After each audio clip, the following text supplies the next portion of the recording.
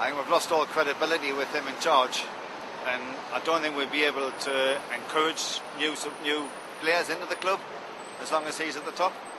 I think that the club, there was no decisions being made, and if we can get a resolution to it, it's obviously not going to get sold in the short term.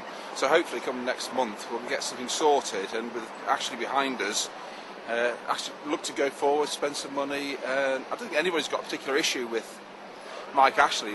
It was the business about Keegan and such like, and I think he got that business about Dennis Wise picking the players wrong, but other than that, he's done a good job, I think. He was always intended not to sell it, really, and the way things are going.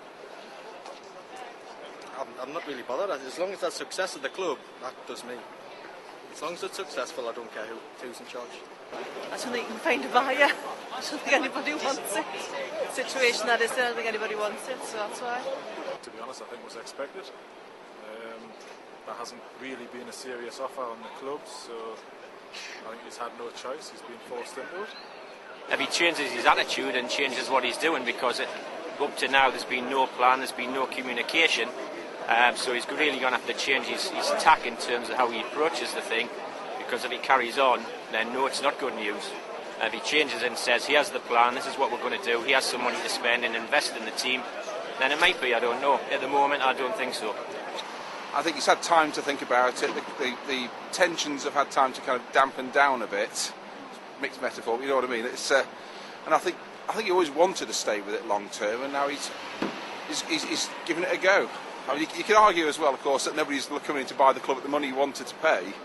I think it's just crass timing, extremely bad timing. On a day like today, when we're going to have banners inside the ground and celebrating Sir Bobby and just saying thank you, that they chose to release that information today of all days.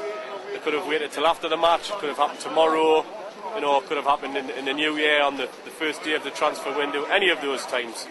So I think he's been spectacularly badly advised to release that information today, and I'm quite disappointed by it.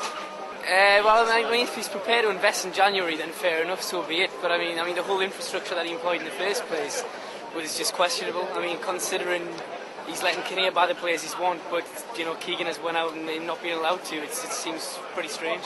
He could have sold it for what he bought it for, but he wanted like 100 million profit, and that's why he's still stuck with it.